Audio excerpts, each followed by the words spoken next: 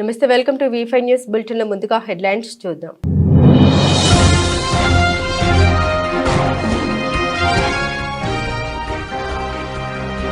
రాష్ట్రంలో పర్యటించిన రాష్ట్రపతి ద్రౌపది ముర్ము అనంతరం మంగళగిరి ఎయిమ్స్ స్నాతకోత్సవంలో పాల్గొన్న రాష్ట్రపతి ద్రౌపది.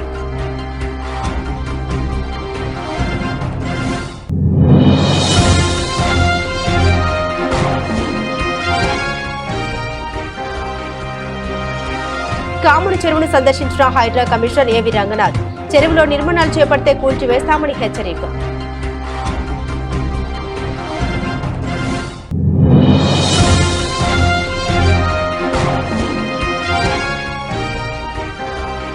గోదావరి కనిలోని మార్కండేయ కాలనీలో సంభవించిన భారీ అగ్ని ప్రమాదం.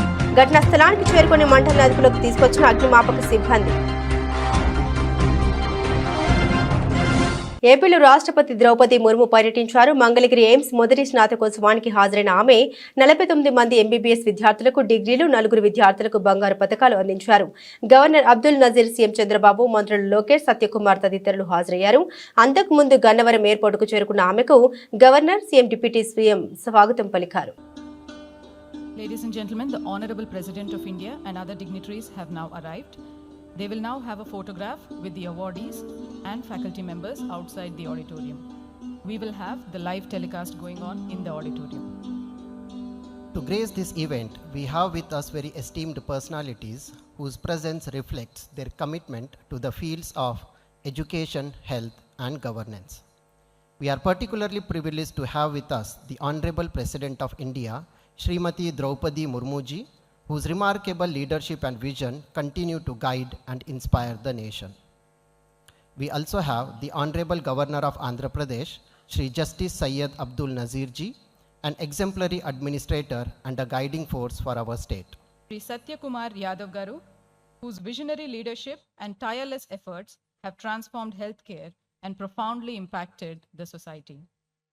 We have the Honorable Minister for Human Resource Development and Information Technology, Government of Andhra Pradesh, Sri Nara Lokesh garu, whose unwavering dedication to advancing healthcare and education continues to shape our state's future.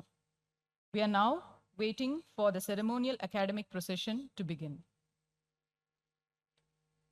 Medchal జిల్లా కూకట్పల్లి మండలం మూసాపేట కైతలాపూర్ పరిధిలోని కాముడి చెరువులో నిర్మాణ వ్యర్థాలతో పాటు మట్టిని నింపి కొంతమంది ఆక్రమిస్తున్నారని ఫిర్యాదు మేరకు హైడ్రా కమిషనర్ ఏవి రంగనాథ్ పరిశీలించారు. కాముడి చెరువులో మట్టి పోసిన వారిని వదిలిపెట్టేది లేదని, చెరువులో నిర్మాణాలు చేపడితే కూల్చివేస్తామని ఈ సందర్భంగా కమిషనర్ హెచ్చరించారు. ఈ సందర్భంగా రంగనాథ్ మాట్లాడారు. హైడ్రా 2024 జూలైలో ఆవిర్భవించిందని, అప్పటికి నివాసం ఉంటే ఆ నివాసాల జోలికి హైడ్రా వెళ్లదని కమిషనర్ తెలిపారు. అయితే ఈ నిబంధన వాణిజ్య సముదాయాలకు వర్తించదని స్పష్టం చేశారు. అలాగే సంబంధిత ప్రభుత్వ విభాగాల అనుమతులున్న నిర్మాణాల జోలికి కూడా హైడ్రా వెళ్లదన్నారు. హైడ్రా ఆవిర్భవించిన తర్వాత జరిగిన అక్రమ నిర్మాణాలను తొలగిస్తామని కమిషనర్ తెలిపారు. కాముడి చెరువు, మైసమ్మ చెరువు పరిసరాల్లో నివాసితులు చెరువులు కబ్జా కాకుండా చూడాలని విజ్ఞప్తి చేశారు. డంపింగ్ అంటే ఈ కన్స్ట్రక్షన్ మెటీరియల్ ఏదైతే ఉందో ఆ కన్స్ట్రక్షన్ మెటీరియల్ తీసుకొచ్చి ఇక్కడ డంప్ చేస్తూ చెరువును పొడవటం అనేది, అదేంటంటే దానికి ఒక సాకుగా పట్టా ల్యాండ్స్ ఉన్నాయి, మా ప్రైవేట్ పట్టా ల్యాండ్స్ అనేటటువంటిది ఒకటి సాకుగా తీసుకొని చేస్తూ ఉన్నారు.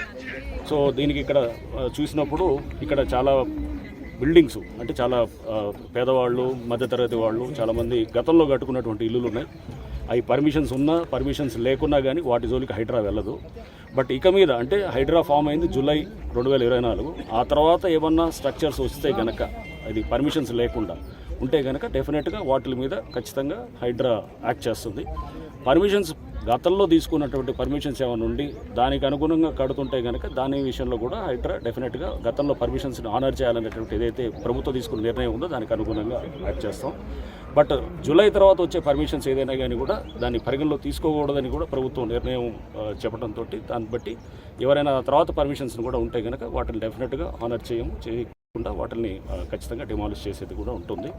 సో ఈ అంటే ప్రభుత్వ పాలసీకి అనుగుణంగా క్లారిటీ అందరికీ కూడా, ప్రజలకు కూడా మేము చెప్పాము. ఇక్కడ ఎవరు కూడా వచ్చి ఇక్కడ మా బిల్డింగ్స్ అన్నింటినీ కూలగొడతారు లేకపోతే మా ఇల్లు కూలగొడతారు అనేటువంటి ప్రచారాన్ని కూడా నమ్మొద్దని చెప్పేసి, గతంలో కట్టుకునే జూలై కన్నా ముందు కట్టుకున్నటువంటి వాటిని ఎటువంటి పరిస్థితుల్లో కూడా వాటిని మేము డిస్టర్బ్ చేయం.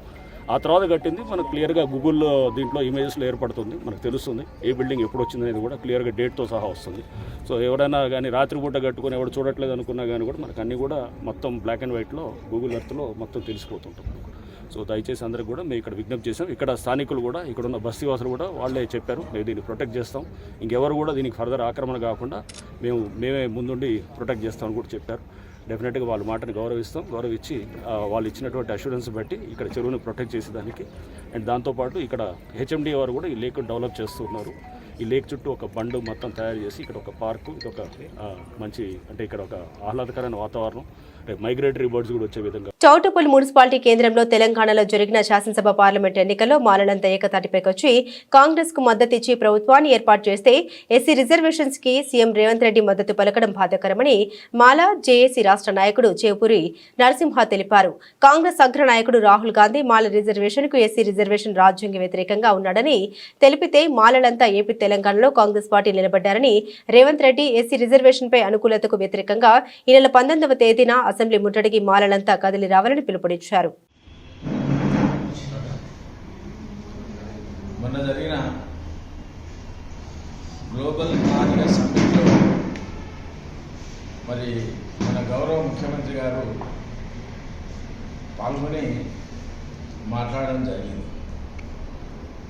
ఆ మాట్లాడుతున్నటువంటి క్రమంలో మాదిగలు చేస్తున్నటువంటి ఎంఆర్పిఎస్ ఉద్యోగ రైతుల్లో అది నిజాయితీ పోరాటం అని, అదేవిధంగా అది న్యాయసమ్మతమైందని చెప్పి మాట్లాడడం వల్ల మా మాల జాతి మనోభావాలు పూర్తిగా దెబ్బతిన్నాయి.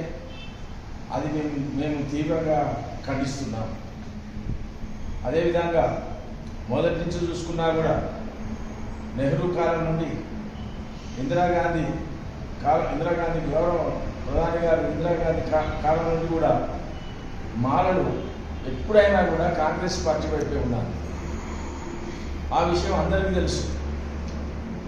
మరి ఈరోజు మొన్న జరిగినటువంటి సార్వత్రిక ఎన్నికలలో మరి మాదిగలు మందకృష్ణ మాదిగ గారు పూర్తిగా బాహుటంగా మాదిగలంతా కూడా బీజేపీకి ఓటు వేయాలని చెప్పి పిలుపునిస్తే అదే మాలలంతా కూడా ఏకతాటిపై నిలిచి ఏకపక్షంగా గంపగుత్తగా మరి ఈరోజు కాంగ్రెస్కి ఓట్లు వేసి ఈరోజు ముఖ్యమంత్రి గారిని కాంగ్రెస్ ప్రభుత్వాన్ని మరి అధికారంలోకి తీసుకొచ్చాము.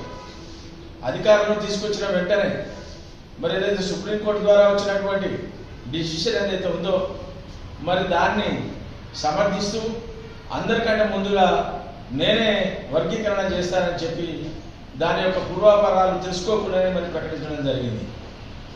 అయినప్పటికీ కూడా మేము ఆ విషయంలో ఎలాంటి వ్యాఖ్యలు కూడా చేయలేదు.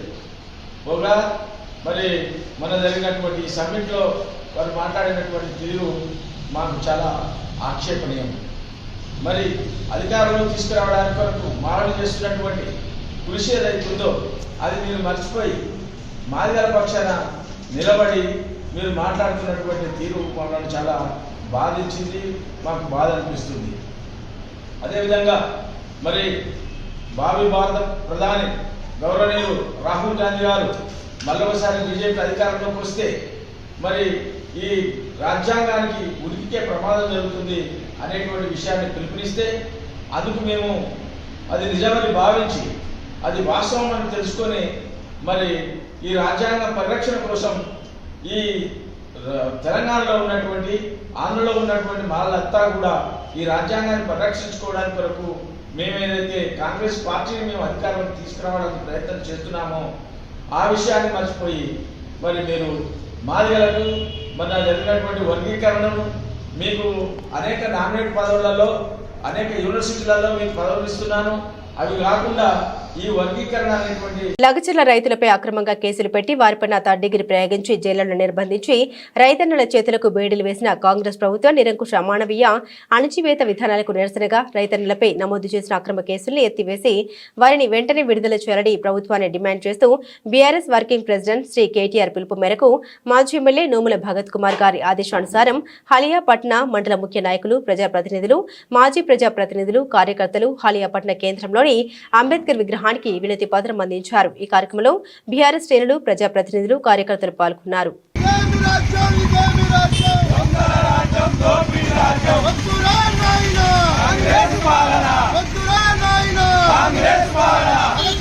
రైతులపై ప్రభుత్వం ఉండి వైఖరి ఎగచండ రైతులపై ప్రభుత్వం ఉండి వైఖరి ఎగచండ రైతులపై ప్రభుత్వం ఉండి వైఖరి ఇదేమి రాజ్యం ఇదేమి రాజ్యం దొంగల రాజ్యం దోపిడీ రాజ్యం ఇదేమి రాజ్యం ఇదేమి రాజ్యం దొంగల రాజ్యం దోపిడీ రాజ్యం వద్దురా నాయనా కాంగ్రెస్ పాలన వద్దురా నాయనా కాంగ్రెస్ పాలన అరెస్ట్ చేసిన రైతులు వెంటనే అరెస్ట్ చేసిన రైతులు వెంటనే అరెస్ట్ చేసిన రైతులు వెంటనే అరెస్ట్ చేసిన గిరిజన రైతులు వెంటనే ఇదేమి రాజ్యం ఇదేమి రాజ్యం హన్మకొండ జిల్లా పరకాల పట్టణ కేంద్రంలో రాష్ట్ర BRS party working president KTR పిలుపు మేరకు పరకాల పట్టణ అధ్యక్షుడు మధుసూదన్ రెడ్డి ఆధ్వర్యంలో లఘుచూర్ల రైతులపై అక్రమంగా కేసులు పెట్టి వారిపైన థర్డ్ డిగ్రీ ప్రయోగించి జైల్లో నిర్బంధించి రైతన్నల చేతులకు బేడీలు వేసిన కాంగ్రెస్ ప్రభుత్వ నిరంకుశ అణచివేత విధానాలకు నిరసనగా రైతన్నలపై నమోదు చేసిన అక్రమ కేసుల్ని ఎత్తివేయాలని వారిని వెంటనే విడుదల చేయాలని ప్రభుత్వాన్ని డిమాండ్ చేస్తూ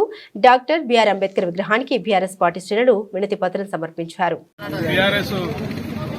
మండల ముఖ్య కార్యకర్తలకు, టౌన్ ముఖ్య కార్యకర్తలకు ఈరోజు మా రాష్ట్ర సమితి గౌరవ అధ్యక్షుడు మన వర్కింగ్ ప్రెసిడెంట్ తారక రామారావు గారి పిలుపు మేరకు కొడంగల్ నియోజకవర్గం లోపల గత 29 రోజుల క్రితం ఫార్మాసిటీకి వ్యతిరేకంగా తమ భూములు ఇవ్వమని రైతులు ఉద్యమిస్తూ ఉంటే వాళ్ల మీద ఈ రాష్ట్ర ప్రభుత్వం రేవంత్ రెడ్డి గారి నాయకత్వంలో కూడా పైశాచికమైన దాడి చేసి ఇప్పటికీ 20 నుంచి 29 మంది రైతులను నానబుల్ బెయిల్ కేసులు, అక్కడ మాజీ శాసనసభ్యుడు నరేందర్ రెడ్డి గారి మీద కేసు పెట్టి 29 రోజుల నుంచి నిర్బంధిస్తూ ఉన్నారు.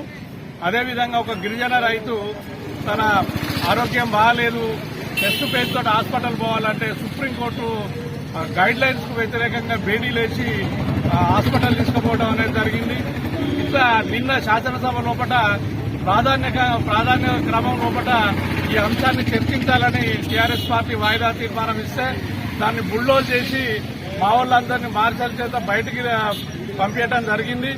ఆ సమస్య మీద చర్చించి వాళ్ళందరినీ బేషరతుగా విడుదల చేయాలని ఈరోజు తెలంగాణ రాష్ట్ర వ్యాప్తంగా అన్ని అంబేద్కర్ బొమ్మలకు రాజ్యాంగ పరిరక్షక అధ్యక్షుడు అంబేద్కర్ కాబట్టి ఆయన వినతిపత్రాలు ఇవ్వాలని మా పార్టీ పిలుపు మేరకు ఈరోజు పరకాల గ్రామీణ మండలము, పరకాల పట్టణ ప్రాంతంలో ఉన్న ముఖ్య నాయకులందరం కలిసి కార్యక్రమాన్ని చేయడం జరిగింది. కృష్ణా జిల్లా అవనిగడ్డ కోడూరు మండలంలో ప్రతి చేనుకు నీరు, ప్రతి చేతికి పని అందాలని ఆకాంక్షించిన డిప్యూటీ సీఎం కొణిదెల పవన్ కళ్యాణ్ ఆలోచనలకు అనుగుణంగా పనిచేయాలని ఈ నియోజకవర్గ యువ నాయకులు మండలి వెంకట్రామ్ అన్నారు.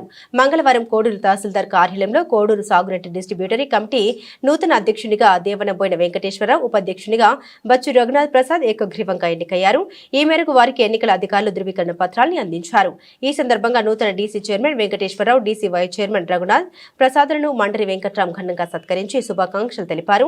నూతన టీసీ అధ్యక్షుల్ని సత్కరించారు. వెంకట్రామ్ మాట్లాడుతూ వ్యవసాయ రంగాన్ని సుసంపన్నం చేసేందుకు రాష్ట్ర ముఖ్యమంత్రి నారా చంద్రబాబు నాయుడు, ఉప ముఖ్యమంత్రి కొణిదెల పవన్ కళ్యాణ్ విస్తృత కృషి చేస్తున్నారని వెంకట్రామ్ తెలిపారు.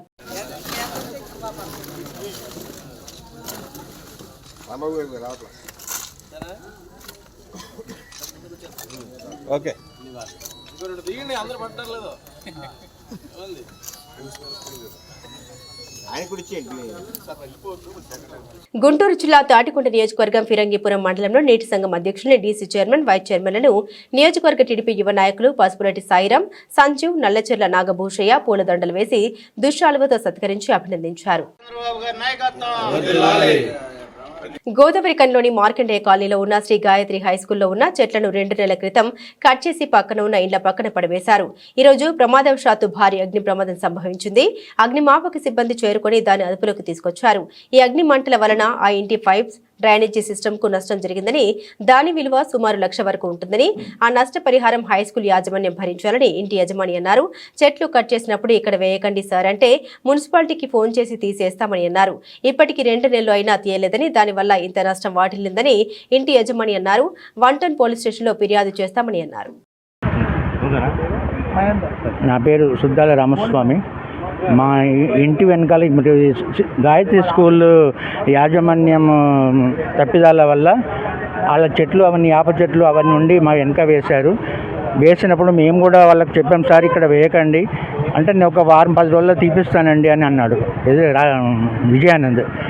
ఇప్పుడు అనుకోకుండా ఇప్పుడు ఇట్లా ఘోరంగా మంటలు వేసి ఈ ఏరియా అంతా చాలా నష్టం జరిగింది. మా పైప్ లైన్లు అన్నీ పోయినవి, డ్రైనేజ్ వ్యవస్థ అంతా దెబ్బతిన్నది. మరి దీనికి బాధ్యత వహించి మాకు నష్టపరిహారం ఇప్పించాలని చెప్పి మనం చేస్తున్నాం.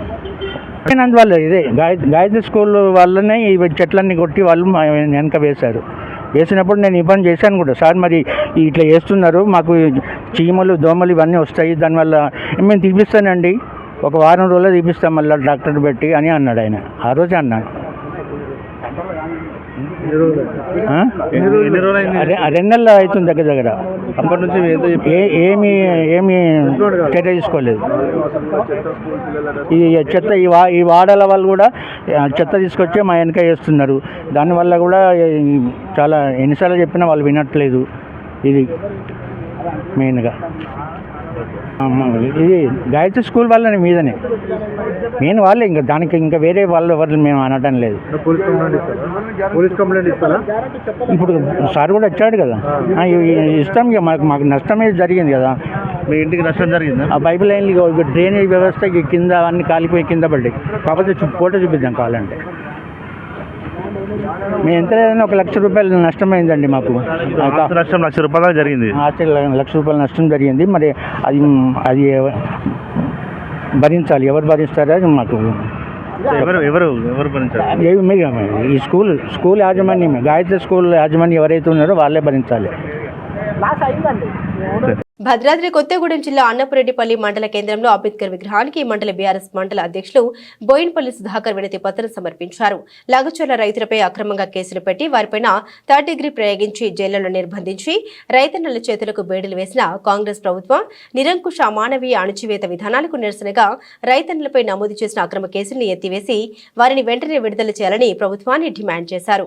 ఈ కార్యక్రమంలో మండల ముఖ్య నాయకులు, ప్రజాప్రతినిధులు, మాజీ ప్రజాప్రతినిధులు, కార్యకర్తలు మండల కేంద్రంలో అంబేద్కర్ విగ్రహానికి వినతి పత్రం అందించారు. ఈ కార్యక్రమంలో బీఆర్ఎస్ శ్రేణులు జంగాల ఉమా, పెద్దగొండ్ల పుల్లారావు, చెల్ల రాంబాబు, కొత్తూరు వెంకటేశ్వరరావు, భారత రాంబాబు తదితరులు పాల్గొన్నారు. ప్రభుత్వంలో రేవంత్ రెడ్డి 6 గ్యారెంటీలు చెప్పి 66 అబద్ధాలు ఆడి ఉన్న పేదలకు ఇల్లు ఇచ్చేది కాకుండా ఇల్లు కూలగొట్టడం, లగచర్ల గ్రామాల్లో చుట్టూ ఉన్న పొలాలు చేలు మొత్తం కూడా ఆక్రమించుకొని వాళ్ళని పైపెచ్చు జైలు పాలు చేశాడు. ఇలాంటి ప్రభుత్వం ఉండి కనీసం రైతు బంధు అని చెప్పి మధ్యలో ఒకసారి రైతు బంధు ఎగ్గొట్టారు. రైతు భరోసా ఇస్తామంటున్నారు కానీ ఇవ్వట్లేదు. 2 లక్షల లోపు రుణాలే అన్నీ కాలేదు. మా సొసైటీలోనే దాదాపు ఇంకా 50 లక్షలు ఉన్నాయి. 2 లక్షల లోపు 2 లక్షల పైన చేస్తాడా చేయదని మభ్య పెట్టడం తప్ప చేసే పని లేదు. రైతు బోనస్ లేదు. ఇట్లా చేసుకుంటూ అన్నీ ప్రతి ఒక్కరికి కూడా 2,000 నుంచి 4,000 చేస్తానన్నాడు. వృద్ధాప్య పింఛన్ వాళ్ళకి, వికలాంగులకు 6,000 చేస్తారన్నారు. ఇట్లా మహిళలకేమో 2,500 ఇస్తా అన్నారు. ఈ అబద్ధాలతో వచ్చిన ఈ రేవంత్ రెడ్డి రైతులను కూడా కొల్లగొడుతున్నాడు. కాబట్టి ఈ ప్రభుత్వంలో చేసే అరాచకాలకి ఇంకా ఎండగడతాం. దీన్ని ఈ ఒక్కరోజే కాదు, ఇంకా ముందు కూడా ప్రతి దాంట్లో కూడా వాళ్ళు ఎమ్మడబడైనా జనాలకి, రైతులకి ఉపయోగపడేలా మలుచుకోవాలని చెప్పి మేము వాళ్ళని డిమాండ్ చేసుకుంటూ ఈ అంబేద్కర్ గారికి మేము వినతిపత్రం ఇవ్వడం జరిగింది. రేవంత్ రెడ్డి గవర్నమెంట్ అవలంబిస్తున్న విధానాలు రాజ్యాంగానికి బాగా విరుద్ధంగా నడుస్తున్నాయి. దాంట్లో మొదటగా చెప్పుకోవాల్సింది ఏంటంటే, ప్రస్తుతం లగచర్ల రైతులపై వారి భూములు లాక్కోవడమే కాకుండా వారిపై అక్రమంగా ఎన్నో కేసులు పెట్టారు. ఆ కేసులను ఎత్తేయాలని ప్రస్తుత కేటీఆర్ గారు, కేసీఆర్ గారు పిలుపు మేరకు మా మండల అధ్యక్షులు గారు అన్నపరెడ్డిపల్లి గ్రామం వచ్చేసి మా భీమరాయ గారు అంబేద్కర్ గారికి వినతిపత్రం అందజేయడం జరిగింది. వారిపై కేసుల్ని ఎమ్మట ఎత్తివేయాలని మేము డిమాండ్ చేస్తున్నాము. కావున ప్రస్తుత గవర్నమెంట్ రైతులకు 2 లక్షల రుణమాఫీ ఇస్తానని చెప్పి రైతులను మోసం చేయడం జరిగింది. 2 లక్షల లోపు మాత్రం ఇవ్వడం జరిగింది. 2 లక్షల పైన వారికి ఇవ్వలేదు. అలాంటి రైతులు చాలామంది ఉన్నారు. ఆ రైతులకి ఇబ్బంది అవుతుంది. దాంతోపాటు బోనస్ ఇస్తాననేసి సక్రమంగా బోనస్ కూడా ఇవ్వట్లేదు ప్రస్తుతం. అంతేకాకుండా ప్రతి గ్రామంలో ఎక్కడ వేసిన గొంగళి అక్కడే ఉంది. స్థానిక సంస్థలు ఇస్తున్నారు, ఆ స్థానిక సంస్థలు ఇవ్వడం జరగట్లేదు. అలాంటివి కాకుండా ఇంకా జనాన్ని ఎన్నో మభ్య పెట్టుకుంటే ఇల్లు అంటున్నారు. ఇంద్రమేళ్ళకి కూడా సరైన మార్గదర్శకాలు లేకుండా చేస్తున్నారు. కాబట్టి వారికి ఈ రాజ్యాంగం 1950 జనవరి 26వ తారీఖున మన అమల్లోకి వచ్చిన రాజ్యాంగం ప్రకారంగా చేయాలని వాళ్ళకి ప్రస్తుత కాంగ్రెస్ గవర్నమెంట్కి రేవంత్ రెడ్డి ప్రభుత్వానికి బుద్ధి కలగాలనేసి మేము ఈరోజు ఈ కార్యక్రమాన్ని చేయడం జరుగుతుంది. కావున ఈ డిమాండ్లు ఏమంటే పరిష్కారం చేయాలని మేము వినతి పత్రాన్ని అందజేయడం జరిగింది. కృష్ణా జిల్లా అవనిగడ్డ నియోజకవర్గం కోడూరు మండలంలో చందు నేటి సంఘం అధ్యక్షుల్ని డీసీ చైర్మన్ వైస్ చైర్మన్లు నియోజకవర్గ జనసేన యువ నాయకులు మండలి వెంకట్రామ్ పూలదండలు వేసి దుశ్శాలువతో సత్కరించి అభినందించారు.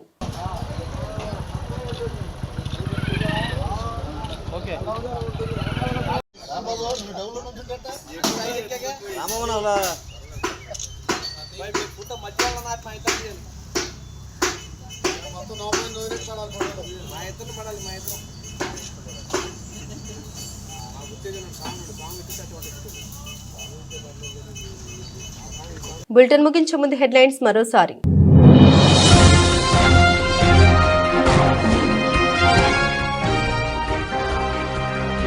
రాష్ట్రంలో పర్యటించిన రాష్ట్రపతి ద్రౌపది ముర్ము.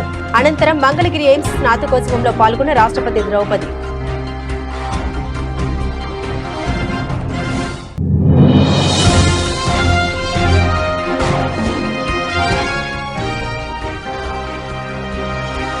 కాముని చెరువును సందర్శించిన హైడ్రా కమిషనర్ ఏవి రంగనాథ్. చెరువులో నిర్మాణాలు చేపడితే కూల్చివేస్తామని హెచ్చరిక.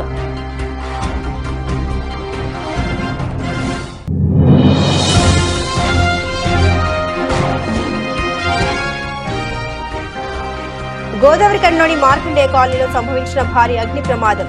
ఘటనా స్థలానికి చేరుకుని మంటలను అదుపులోకి తీసుకొచ్చిన అగ్నిమాపక సిబ్బంది. ఇవి బులెటిన్ అప్డేట్స్. మరిన్ని అప్డేట్స్ కోసం చూస్తూనే ఉండండి V5 న్యూస్.